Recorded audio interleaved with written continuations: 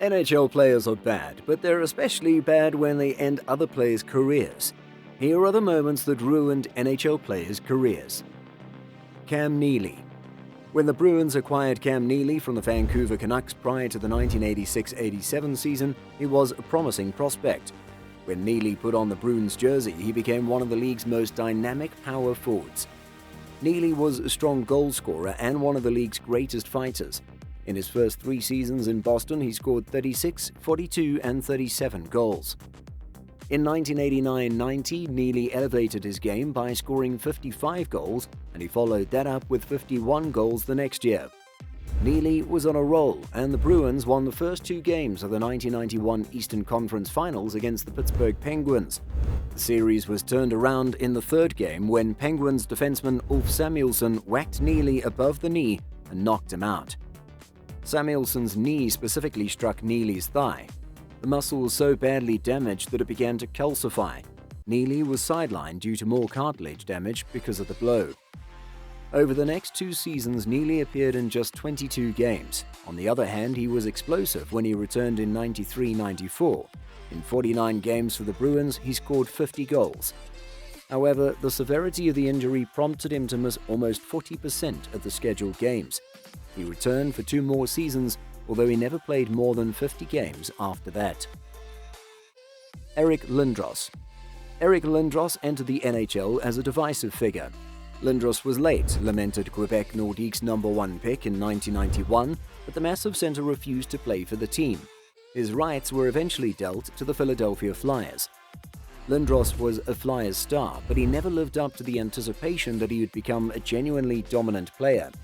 His days as an outstanding player came to an end when he was hit in the head by New Jersey Devils defenseman Scott Stevens. Lindros was skating across the blue line when he was struck in the upper body by Stevens.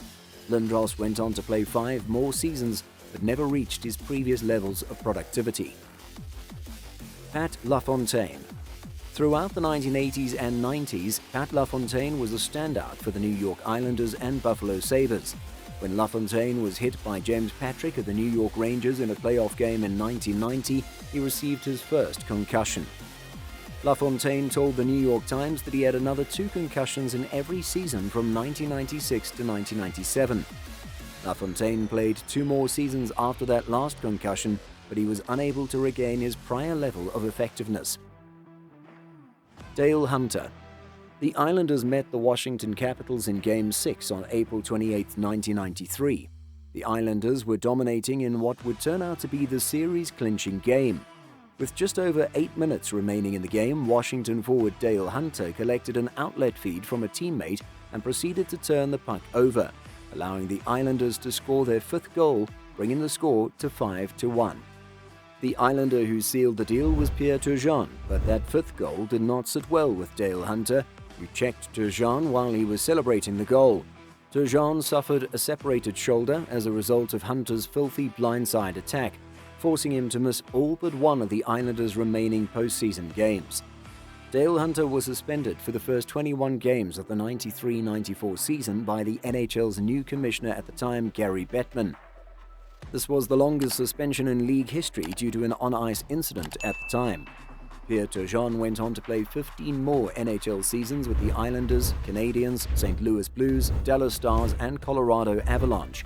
He became the 34th player in history to reach 500 goals in 2005. Dale Hunter's future, on the other hand, would not be as bright.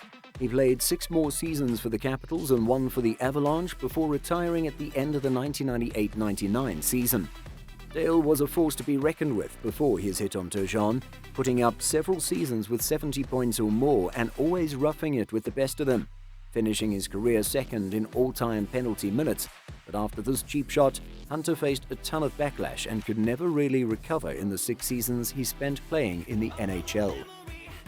He failed to reach the 40-point plateau in 5 of his 6 seasons, and in the 98-99 season he only had 5 points in 50 games played, but he still racked up 102 penalty minutes, indicating that he wasn't himself after this incident.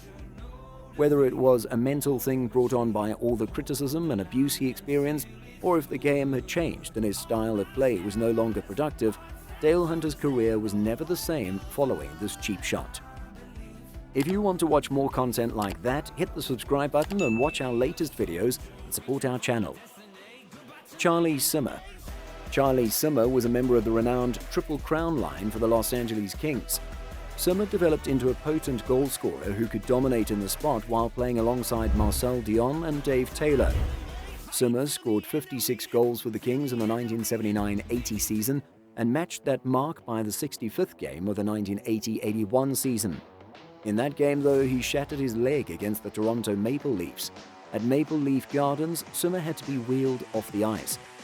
Simmer would go on to play several more seasons with the Kings, Boston Bruins, and Pittsburgh Penguins, but he was never the same scorer he had been. Joe Nieuwendyk. Joe Nieuwendyk is a Hall of Famer who spent the majority of his career with the Calgary Flames and the Dallas Stars. Nieuwendyk was a dominant offensive player who would blast the puck into the net with ease and precise passes to open teammates. In the 1998 playoffs, Nieuwendyk tore his ACL after being checked into the boards by San Jose's Brian Marshman. He recovered from his injury, but he was never the same player again. He had scored 30 goals or more 8 times prior to the injury, but despite playing 8 more years, he never achieved that same level again. Bernie Peron. Bernie Peron played for the Philadelphia Flyers and was inducted into the Hockey Hall of Fame. Peron provided outstanding goaltending for the Flyers when they won the Stanley Cup in 1974 and 1975. In both seasons, Peron earned the Conn Smythe and Vezina trophies. He would go on to be one of the greatest goalies in the NHL for many years, but his career was cut short when he was hit in the eye with a stick during a game against the New York Rangers. Peron had a torn retina and was never able to regain depth perception following the accident. He never appeared in another NHL game. Ted Green. Ted Green was a tough, hard-nosed Boston Bruins defenseman in the 1960s. Green was one of the team's most pugnacious players as the squad matured into the renowned Big Bad Bruins, who loved to score goals in bunches and bash opponents down with their fists. Terrible Ted was more than willing to drop his gloves and fight. Green and St. Louis Blues defenseman Wayne Mackey took their brawl to a new level in a 1969 preseason game. They used their sticks as weapons and attacked one another's heads. Mackey hit Green with a two-hander and the strike nearly killed him. He suffered a skull fracture and was forced to miss the 1969-1970 season. Green recovered and returned to the Bruins the following year, then spent 7 seasons in the World Hockey Association, but he was never the same player again. Now for a more chill video, click the video on the screen to watch the most expensive items NHL players don't talk about.